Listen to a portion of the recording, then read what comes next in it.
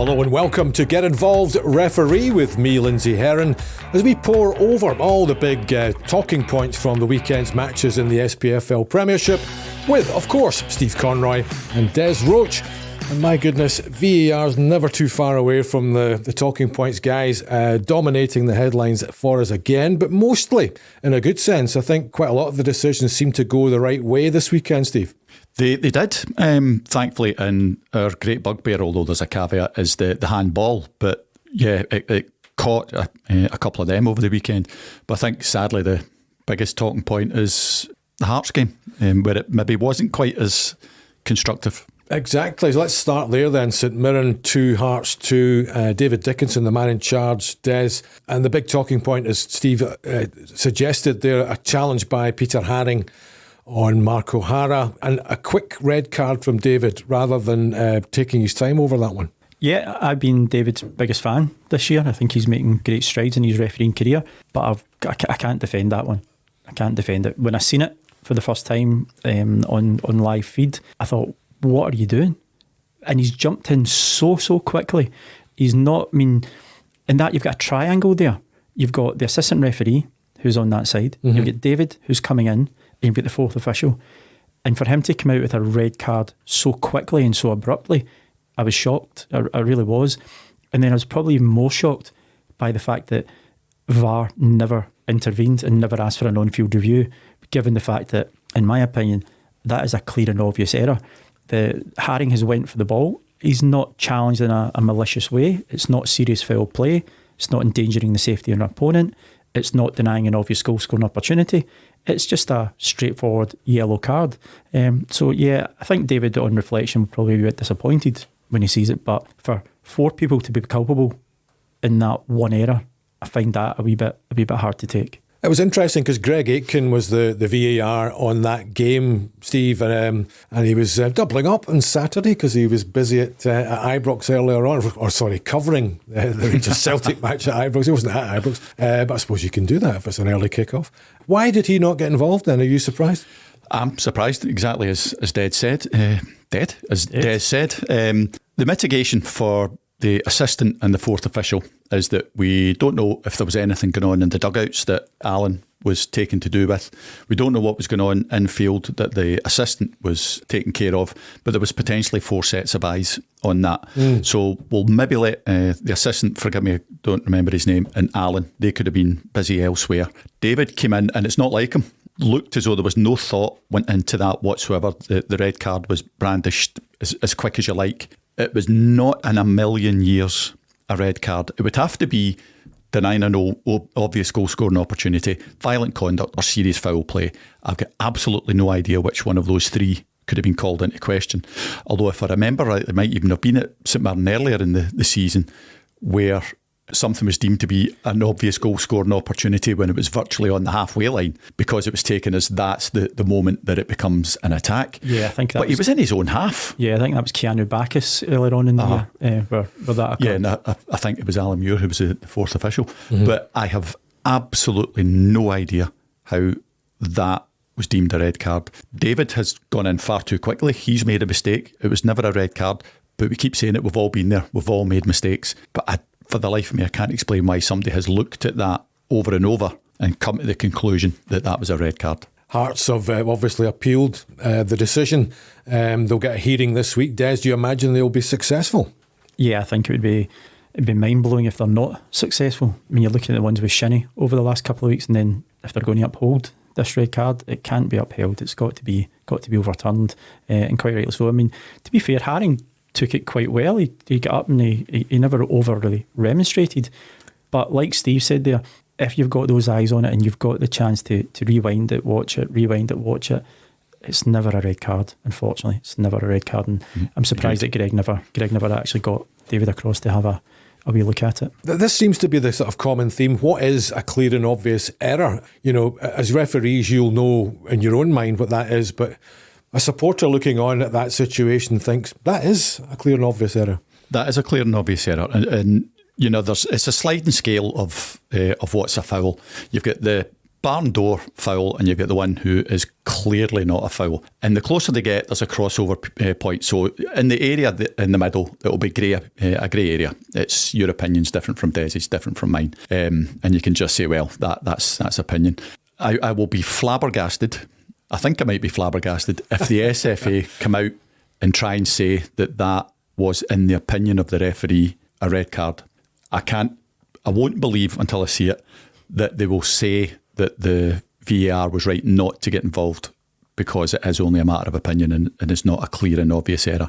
If they're going to, and I hate to say it, if they're going to back up Greg and say that he was right there, then they have to back it up by telling us which of the offences he was guilty of. And if that is a clear and obvious goal scoring opportunity, then I've got even more of a chance of scoring than Bluton the ball in the box. Look at that incident compared to the one last week with Maeda, where everyone was having an opinion on it. This one, I think it's 99% of the population will turn around and say, no, that's not a red card. So those are two clear and obvious errors on the opposite side of the scale for me, because the Maeda one, yeah, it was subjective, and as we've always said, it's the referee's opinion over fact, and you've got to go with the referee's opinion. But that one on Saturday, it's that's factual. There was no contact, there was nothing there to endanger serious foul play, obvious goal scoring opportunity, etc. But as Steve said, if they do carry through with the red card, I would love to know the reasoning for it. Yeah, there must be a clamour, especially from Hearts, to justify that staying as a red card. Yeah, I suppose David Dickinson did get a big decision right at a crucial time in the game. Hearts chasing an equaliser 6 minutes into added time, and a stupid challenge by Ryan Flynn, it seemed to me, on Josh Ginnelly to give Hearts a penalty kick, which Lawrence Shanklin scored. A penalty for you, Steve? Oh yeah, absolutely. No, not a question. No, not a problem. Yeah, he's made a very silly challenge. He's running towards the corner flag almost. He's running away from the goals. And what he's done there is he's given the referee a decision to make. He's clearly put his hand in his back of it. Yes, it's soft, very, very soft.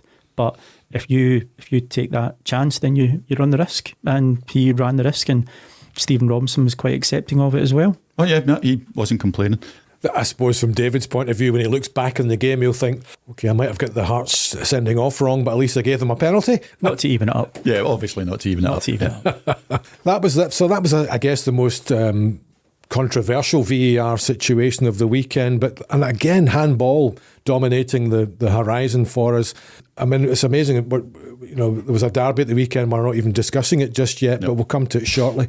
Just looking at the Aberdeen Hibs game then, for example, which was a big occasion. They were celebrating 40 years of the Gothenburg Heroes, and my goodness, they almost got battered by Hibs the way the game went on, who hit the woodwork a couple of times. And the big decision, of course, was the handball situation there, as well as a potential red card, which we'll talk about in a minute.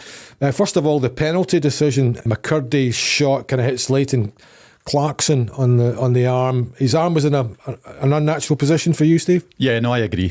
Caveat it by saying in the old days that was never a penalty, and you can't blame John. 2 weeks running we're saying you can't blame John. I wouldn't have given that during the game, but VAR called it back, and in the current climate, unfortunately, that is a penalty. I don't agree with it, but that's where we are just now. So yeah, the team got that one right. Nick Walsh in charge of that one, and of course the penalty kick saved by the Aberdeen goalkeeper. So, but was his foot on the line? We think it was in that. I think his back stud was still on the line there. The big. We'll come to another situation in that regard in a moment. But just sticking with the Dons and Hibs, then a bit of a flashpoint. Josh Campbell and Liam Scales clashing. 6 and 1.5 a dozen of the other, Steve, wasn't it? They were both going at it. Oh, I think they were both as guilty as each other, and as guilty as each other is the debating point. And I said over the weekend, I would be happy enough for 2 red cards in that instance. The Hibs player was virtually doing a tumble your Wilkies in the old speak. He was virtually doing a backflip to get him. But the Aberdeen player was euphemistically protecting himself with his shoulder. I'd be happy for 2 reds there. Yeah, I think certainly Josh Campbell was the aggressor and Scales wasn't. He was, as Stephen just put it, he's protecting himself. But when you're jumping off the ground and your feet's 6 feet in the air, both feet are off the ground, you're almost vertical with the floor as well at one point. That's a red card. Absolutely. You cannot have challenges like that. That's just, I mean, if that's not a red card, what are the ones that we've seen previously this season that are nothing next to it? Regarding Scales, I think he's preempted the challenge coming. Don't think he's preempted his head potentially getting kicked off, but he's preempted it.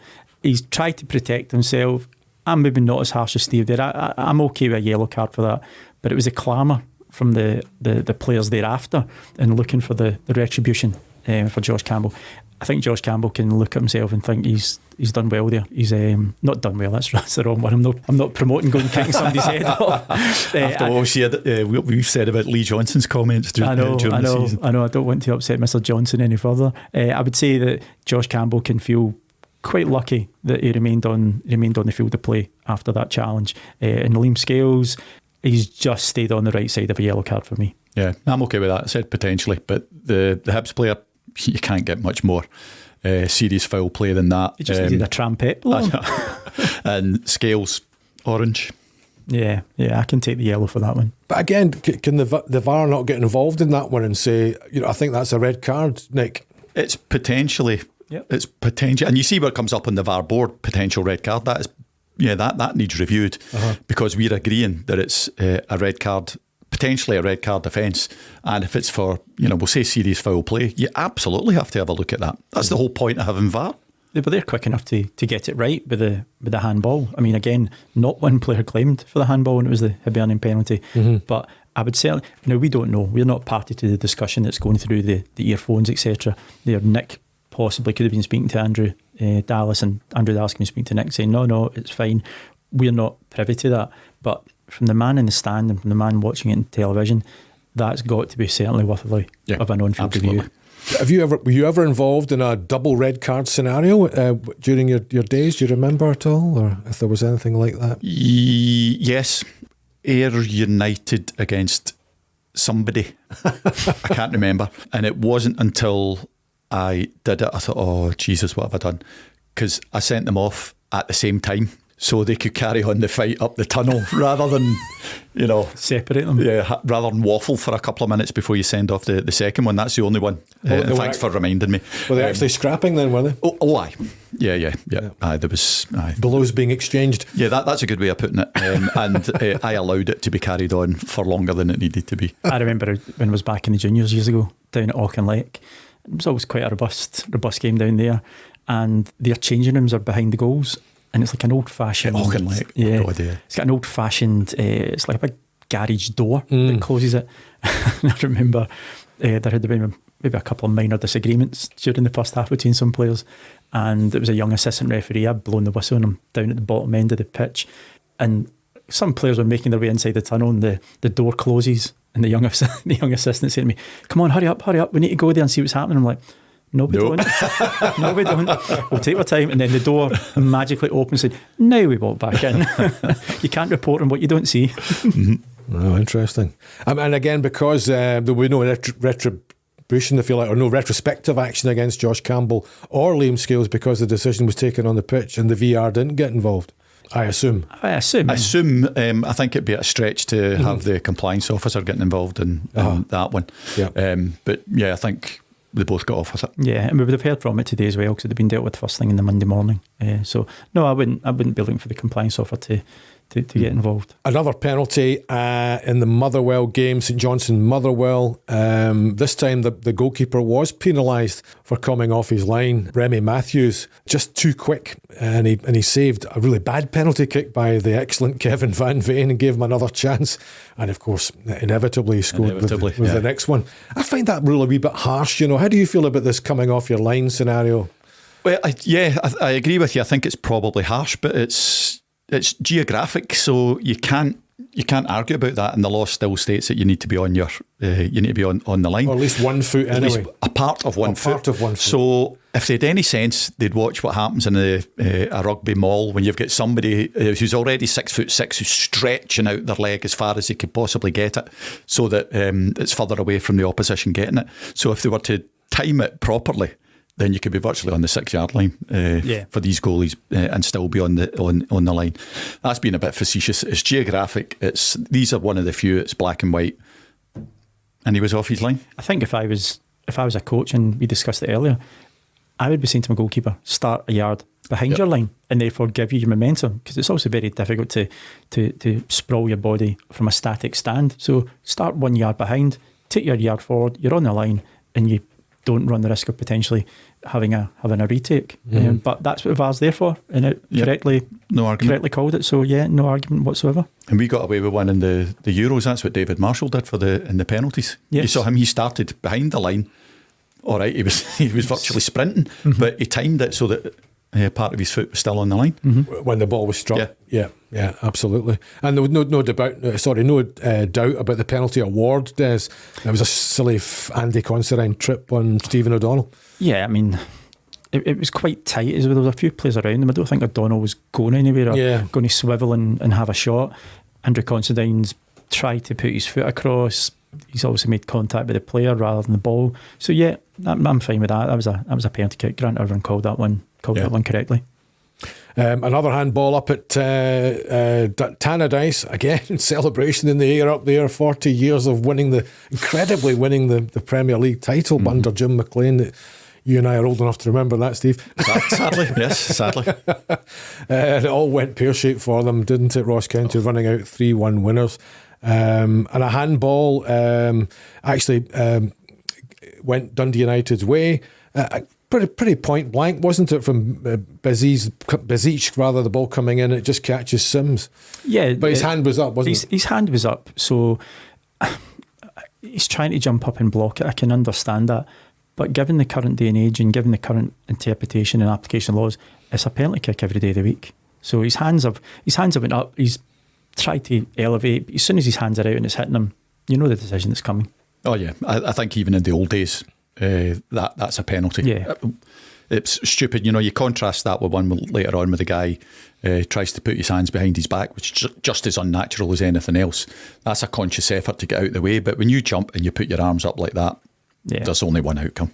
And there was a similar one with Jason Holt in the Livingston game as well against Kilmarnock. I mean, what's he doing? He's throwing his left arm up there. Oh, I know. And when you listen to David, I was going to say Eric Martindale, that's the ex-ref. When you hear David Martindale, he was cast his eyes to heaven as well.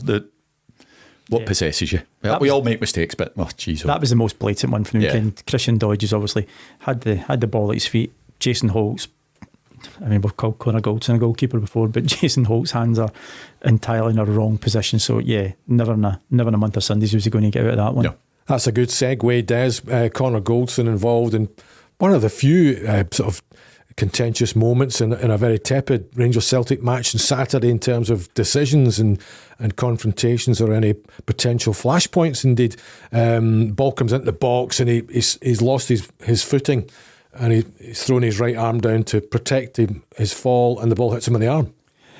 Yeah, well, before we touch on Connor Goldson there, I would say that we've got to give all credit to Steven McLean. That's his first game he's done in the Old Firm for a number of years, 2016. Yeah, just 15, 16. Yeah, I believe. December, I think. Yeah, so these games are never easy, and it might have looked easy, but Steven was working really, really hard, and he contributed to the match. So we've got to give him credit. Steven done excellent.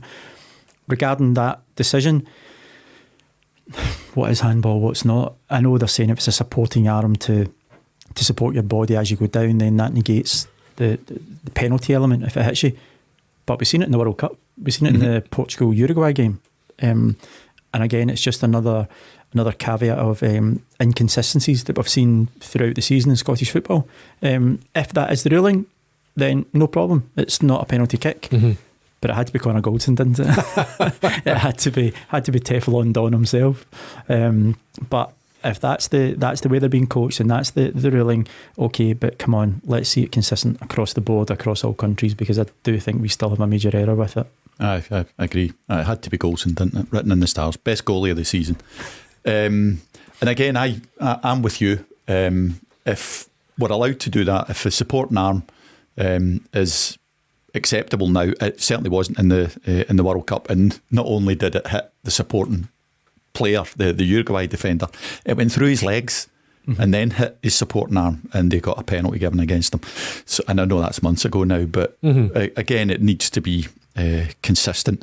And if we're going to have a caveat like that for handball, then surely that caveat goes for people who are standing 2 yards away from somebody who blooters the ball at you, and you've got absolutely no way of reacting. We've said that all along. You need to be Superman or Usain Bolt to get out the road. If you're in such close proximity that you have no opportunity to get your hand out the ball, but we're still seeing penalties given for it, then I really don't know. It beggars belief. Yeah, so I think all things considered, I certainly don't have an issue with that not being given as a penalty, but that we add that into the mix for all the other handballs that we've had, and it just muddies the waters even more. And I was going to say we really need, but it doesn't matter what we need or want. The hierarchy still refuse to come out and tell us anything. So clearly there's things that are said are handballs in the penalty area, and clearly things that are not handball in the penalty area. Give us a clue. Absolutely.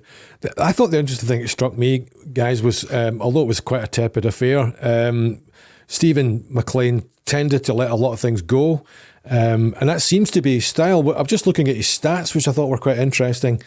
14 Premiership matches this season, including the derby on Saturday.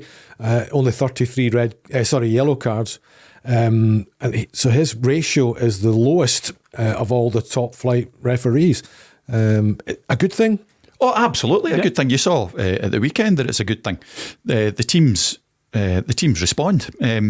And how many times is that now we've said, the next Celtic Rangers game, it's going to be fireworks. And you get that one wrong, didn't you? Completely. And give Steven credit. Yeah. He has controlled it, and he's controlled it by talking to people and not overreacting and treating people like adults. And that was clearly reciprocated. That's always been Steven's style. Yes. That's what he's always done. I don't think that he has been treated properly by the SFA and UEFA, because I think he's probably been on the receiving end of both of them, because they want more yellow and red cards. That's not Steven's game. No, he would much rather every day of the week talk himself through a game, and he was excellent at the weekend, and the stats just back it up. Yeah, I think Steven, we've known Steven for 20 years. I'm taking the credit for that, because I remember Steven was from Clarkson Busby area, so when I was doing boys teams and youth teams back then, Steven was playing for one of the teams, so I think he learnt from one of the better refs. I think you're talking his language nonsense. is a bit better now than it was when he was a boy. No, I think Steven's been around such a long time. His experience, he's a familiar face now. Bearing in mind, a lot of these players probably won't know him as well, because there's been a big influx. But I think it's his calm demeanour, non-theatrical, going about his business when he's turned up and what he's done. I think that got him through a lot of the game as well. Man management, composure. Yeah. I think it was a great. And again, it's experience, isn't it? Yeah, experience gets you through. It's great to have all these young guys come through, but for some of these big games, you just need a wise old head on it and just say, right, okay, let's just take stock of this. And that's what Steven done. And you can see he let a few things go, which I think was received well by the players. What was it, 2 cautions, 1 each? Yeah. When's the last time you seen an no-firm game like that? I know. That's revelatory for me, Steve, that the authorities are unhappy that he's not issuing more cards than he did do. Yeah, it's always been the way. I used to get pulled up every season virtually for doing the same. They want you to be the centre of attention. They want you to be cautioning and red carding any potential yellow and red cards. That's never been Steven's business, never. And I think he has been treated really badly by SFA and UEFA. He showed at the weekend what he's capable of. So given that performance, should that elevate him, in your view, to further appointments of this particular fixture and other large games? Oh, absolutely. He's more than capable. Yeah. More than capable. And there's some that I think he should be ahead of in the pecking order. But I'm glad he got the game at the weekend after all these years, and I'm glad it went so well for him. It's interesting, the last 2 appointments have worked out so well. Don Robertson, that is, coming in at the 11th hour to replace injured Willie Collum and having a really good game as well. Oh, absolutely. And I think it's done them both the power of good, and both similar styles, because Don is a calm, controlled, non-exhibitionist type of ref, and I'm just so pleased that both games went really well, and they highlighted both their techniques and their skills. I think they were both great. Yeah, I wholeheartedly agree. I think Don for me is out with Nick. I really like Don's style. I like the way he goes around it, his composure. I think again he's someone that could have been pushed a wee bit faster, exposed to I would agree. to more high profile games. But again, like Steve, been on Don for 20 years or whatever. Very, very good refereeing. And I think that him stepping in at the last minute, I'd be surprised if he doesn't get the Scottish Cup final, and I would also be surprised if he's not exposed to the higher Old Firm games next season. Just finally, guys, sort of interesting information coming our way that the SFA are keen to try and encourage more experienced Category 1 officials who are nearing retirement to take up perhaps a VAR specialist role rather than going down the divisions, which is the normal sort of procedure, isn't it, when they leave the top flight? An interesting thought. Is that going to give us better quality in the studio there? Is it something you approve of? What would you think, Steve? I can see the point of being a VAR specialist, but I wouldn't thank you for it while I was still an active ref. And I don't think it's appropriate for people who are still active refereeing. When you've retired for a few years, not a bother. But we're complaining about the lack of in-depth or a lack of a deep pool of talent. You can't be taking away the more experienced ones, sticking them in I can't think of anything more boring watching a monitor for my whole refereeing life. I know there's one this season who's pretty much been that's what he's been doing. But I don't think it's appropriate to be trying to get active refs to give up and stay in the booth the whole time. But I think, again, it shows a lack of planning and forethought on the SFA if that's what they think they have to do to get VAR covered. Doesn't make any sense to me, and I wouldn't thank you for it. No, I think we've had the debates often enough, and we see it in the news daily, weekly. The depth of pool that we have at this moment in Category 1 is probably shallow as we've had it for a while, certainly at the top end. So why are you going to dilute that pool even more by taking away? We've just said Steven McLean about the experience he's used to get through there. Stephen is probably coming towards the latter end of his career. I still think he's got a few years left. But you don't dilute the quality that you have for on-the-field decisions. That's not really been very fair to, and I'm not being disparaging, but like your Albion Rovers, Stenhouse Muirs, if you're taking away the better guys who are still passing fitness tests, still passing their laws of the game test, still clearly up to the job. Yeah, not that they're going to call us, but if you take away the guys that have You're kidding. I know. I think our records were delete. Who? I know. Des Conroy. I think if you look at the recently retired guys over the last couple of years who are still relevant with the laws of the game, who are still relevant with the people who are operating in it, the Scottish FA, who are still relevant with the referees and assistant referees who've got a relationship there, yes, by all means, use them. And I think if it was you and I, when we were doing it and we had maybe a Kenny Clark or a Stuart Dougal in the office saying, right, no, Des, I think you need to look at this or look at, you'll take that wholeheartedly, you'll take that advice. But I don't think they should be using guys who are currently Category number 1 referees. I think, as I said, it dilutes the pool. And just like Steve said as well, do you want to be sitting, you could be out running about in the park for 90 minutes, 2 hours, whatever it may be. Do you want to be sitting in front of a TV screen and sitting watching? No, it's not for me. By definition then, Steve, does that suggest that they're admitting there's an inherent failure in the system at the moment? You will never get them to admit anything. But yes, that's the inference. And again, it's a lack of thought. Lack of planning for it, and as we said the other week, trust the SFA to be five years late and still rush it. They clearly have not planned properly. It'll be interesting to see if any of the Cat 1s decide to take that option. We know, for example, there's one particular one, Andrew Dallas, hasn't done a game this season. We believe there may be some fitness issues, we're not entirely sure, but he's been virtually a VAR, particularly almost every week, Des? Yeah. I've not spoken to Andrew for a long time. I couldn't categorically say if there's an issue, but yes, he's been operating as a VAR. We've seen it when they rolled out the training programme to the clubs. Andrew was involved in the presentations to them, which is absolutely fine. And that's the type of referee if there is an underlying fitness issue, that's the type of referee they should be using. He's a current or ex-FIFA referee. He has experience in the SPL. Absolutely, no problem at all. But the planning and the implementation of it clearly hasn't been there. No. Because if they're now getting to, what, we're in May. So you need maybe a pool of, if there's 6 games every weekend that's on VAR, you probably need a pool of, what, 10, 12 at the most? Yeah. At the most. Surely that's not hard to work on. Mm-hmm. Surely that's not unfathomable that you can have that in place wouldn't have thought so. prior to implementing it. But Steve said, 5 years late and we're still rushing it in, bringing it in October. Chief Executive telling us how it's going to be a car crash. It's just been bedlam. Yeah. And my bugbear about Mr. Dallas, he's still officially a Cat 1 referee.